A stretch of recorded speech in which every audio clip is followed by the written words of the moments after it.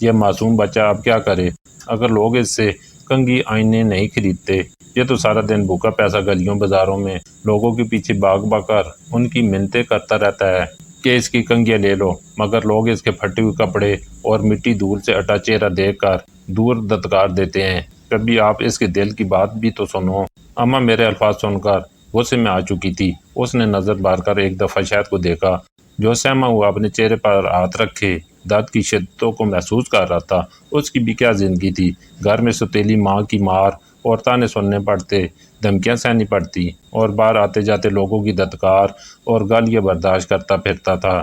اماں اس وقت تو خاموش ہو گئیں اور وہاں سے چلی گئیں۔ بھوک تو ابھی بھی شدت سے لگی تھی، مگر روٹی کہاں سے ملتی؟ باورچی خانے میں جلی ہوئی روٹی کے باسی پرانے ٹکڑے پڑے تھے، جنہیں کھا کر ہم نے خود کو سیر کرنے کی ناکام کوشش کی تھی۔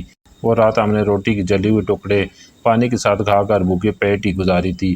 اماں نے 3 بار شہد کو مارا اور گھر سے نکالنے کی بھی کوشش کی، مگر میں نے انہیں روک دیا تھا۔ شہد اماں سے سہم چکا تھا، وہ بھی میری گود میں سر رکھ کر میرا ہاتھ تھامے سونے کی ناکام کوشش کر رہا تھا۔ وہ سسک رہا تھا، اس کی آنکھوں سے آنسو مسلسل بہتے جا رہے تھے۔ وہ رو رو کر اپنی ماں کو یاد کر رہا تھا۔ اسے یوں روتے دیکھ کر میرے دل کو بھی کچھ ہونے لگا تھا۔ اس معصوم لڑکی کی بھی کیا قسمت تھی، یہ میرے ابا کی دوسری شادی میں سے تھا۔ ابا نے اماں کو دھوکے سے ننیال بیچ کر من پسند عورت سے نکاح کر دیا تھا۔ اماں نے خوب شور مچایا، مگر مجبور تھی، ابا کے ساتھ سوتن کے ہوتے ہوئے ایک ہی گھر میں رہتی رہی۔ پھر ایک روز ستیلی ماں شہد کو گھر چھوڑ کر ابا کے ساتھ میکے کے لیے گئی، مگر راستے میں دونوں کا ایکسیڈنٹ ہو گیا اور ان کی وفات ہو گئی۔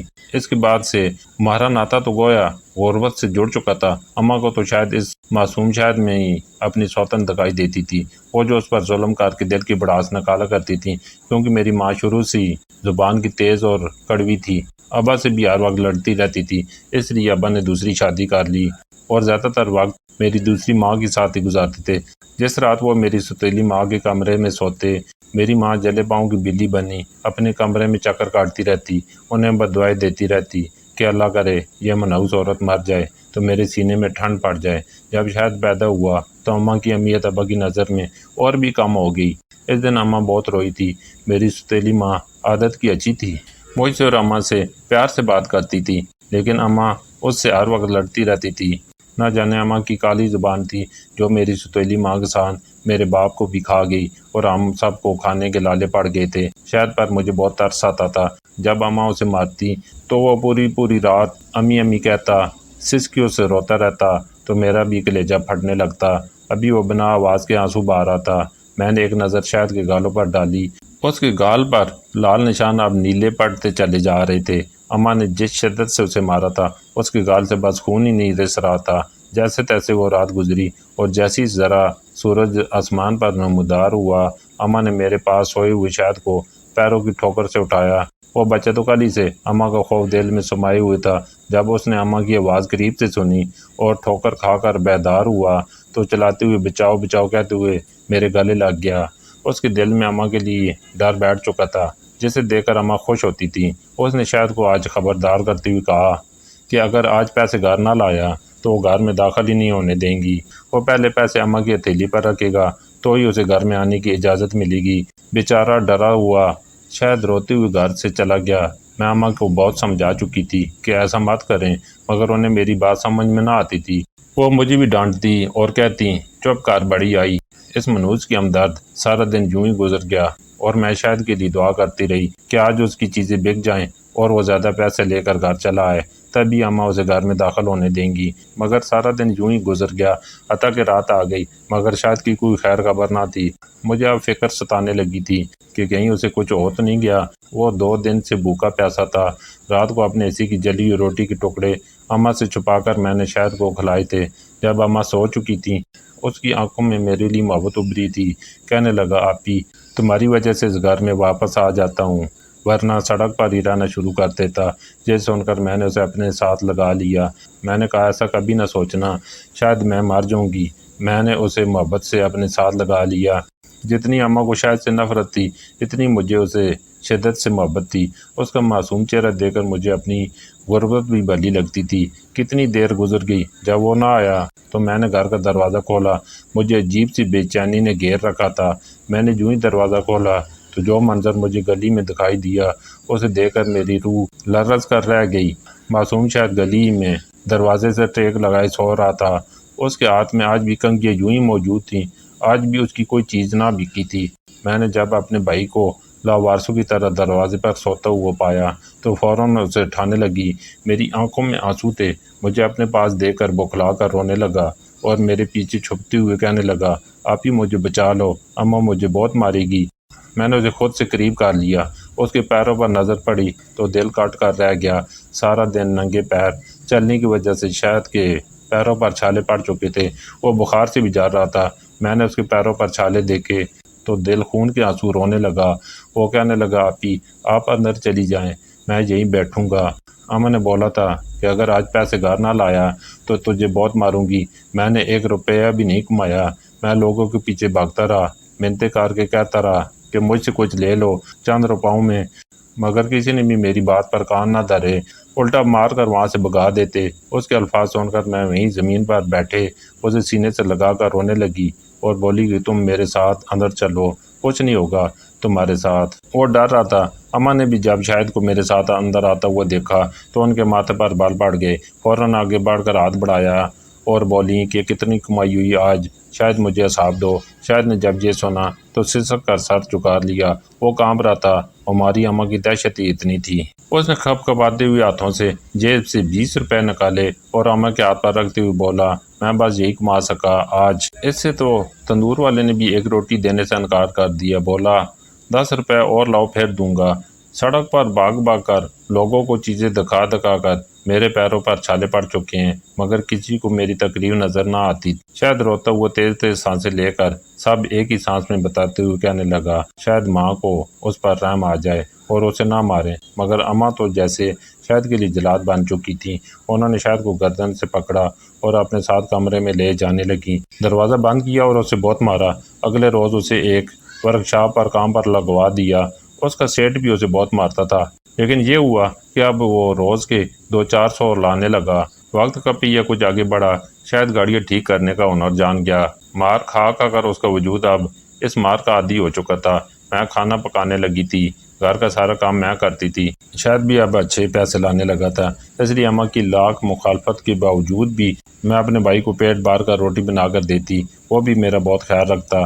پہلی بار اماں کو اس وقت شاید پر حیرت ہوئی جب وہ 16 سال کا ہو گیا تھا، اور اماں نے جیسے ہی اسے مارنے کے لیے ہاتھ اٹھایا، اس نے اماں کا ہاتھ پکڑ لیا اور غصے سے بولا، بس اماں آئندہ مجھ پر ہاتھ مت اٹھانا۔